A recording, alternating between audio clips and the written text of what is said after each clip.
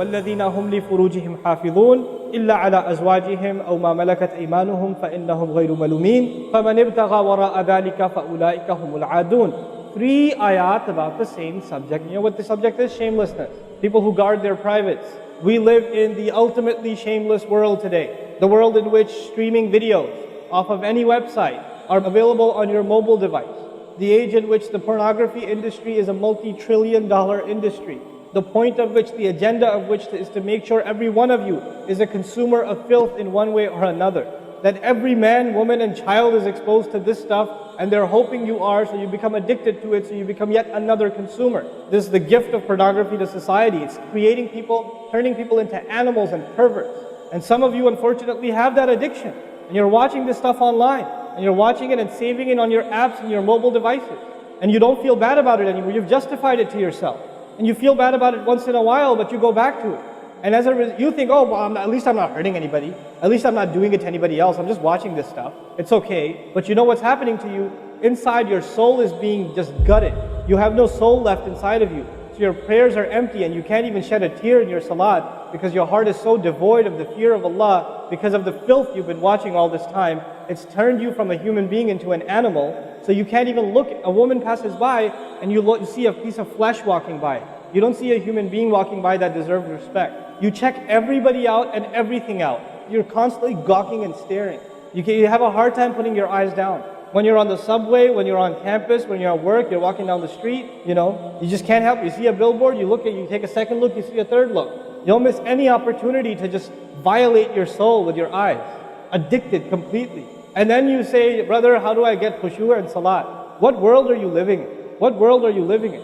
Ayyuhal ikhwa, my brothers, specifically my brothers. And I know some sisters have this issue too. It's not a sad reality. This is a war. This is a war. This is more dangerous than any military war. This is the war that's destroying our souls. It's making its way into our home.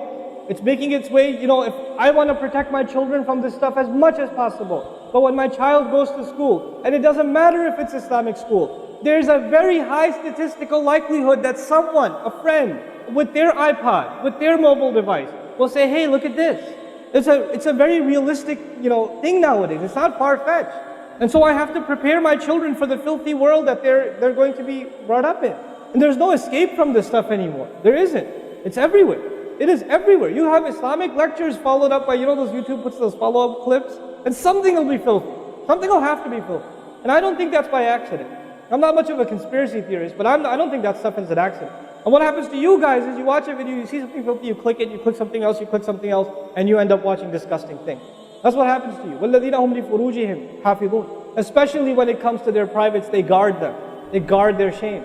Brother, what's the solution? Should I get married? Like the guy who asked the other day, how can I get married right now? No, guys, the solution is not marriage. Because if you're a pervert, then you're going to be a pervert after marriage too. If you have no shame now, you will have no shame after marriage. Honestly. You think marriage is going to end your problems? No. Your problem isn't marriage. Your problem is spiritual in nature.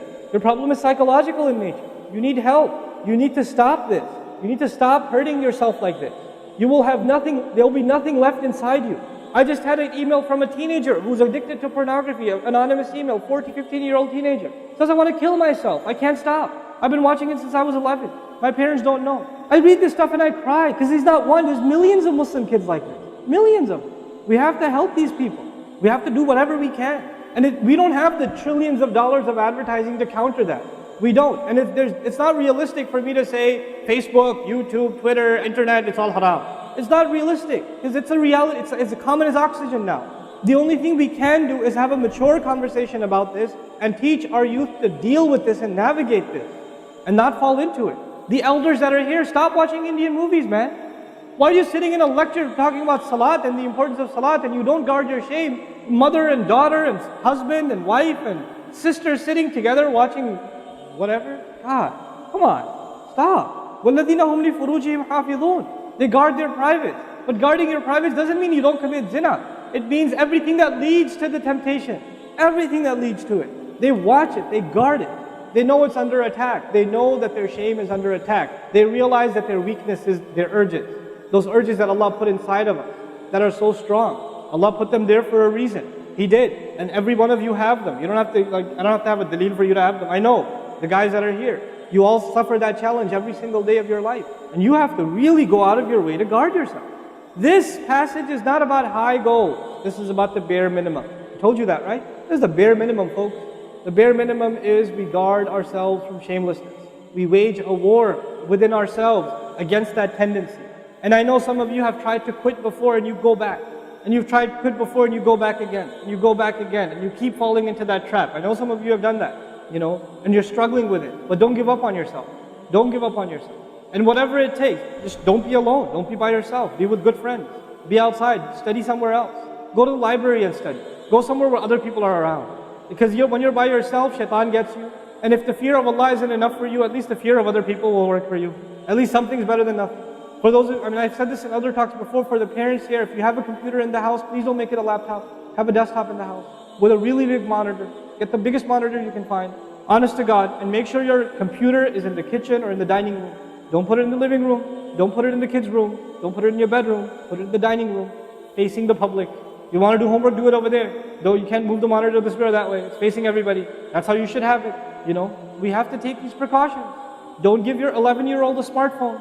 What were you thinking? That's not very smart. Don't give them a smartphone. Why am I seeing kids in Islamic school, 5th graders, with iPhone?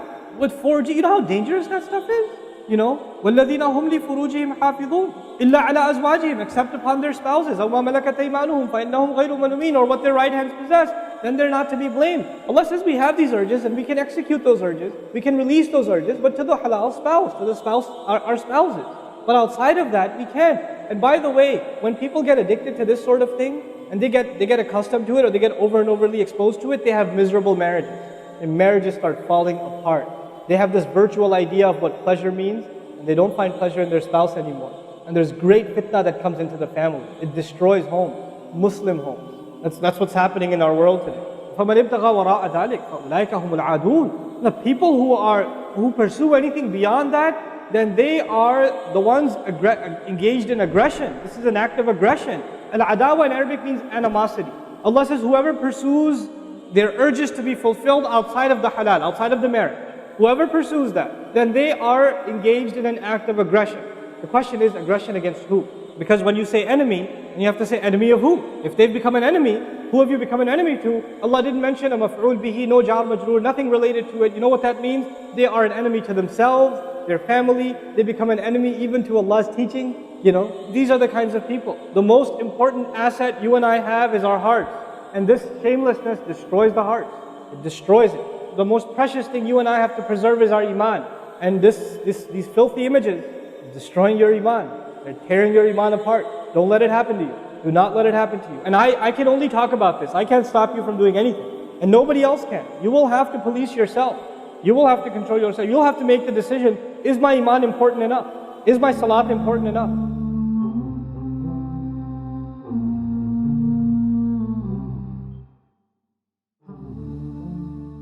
Are you tired of all these annoying ads on YouTube? Are you worried that a haram video might pop up? Well, the One Islam TV app is here to solve these problems, inshallah. The One Islam TV app is 100% free of any ads and is safe to browse for your peace of mind. Watch or listen to lectures and lessons while you work, rest, or drive with your device switched off. Watch videos on demand or download videos and watch offline. Watch hundreds of high-quality produced Islamic reminders, Quran learning videos, stories of the prophets, and so much more. 2 to 4 new videos uploaded daily, inshallah. One Islam TV is 100% run and owned by Muslims, which means a small amount you pay for your subscription is a sadaqah jariyah, continuous charity for you as we use the funds raised to continue producing more beneficial videos and reminders, inshallah.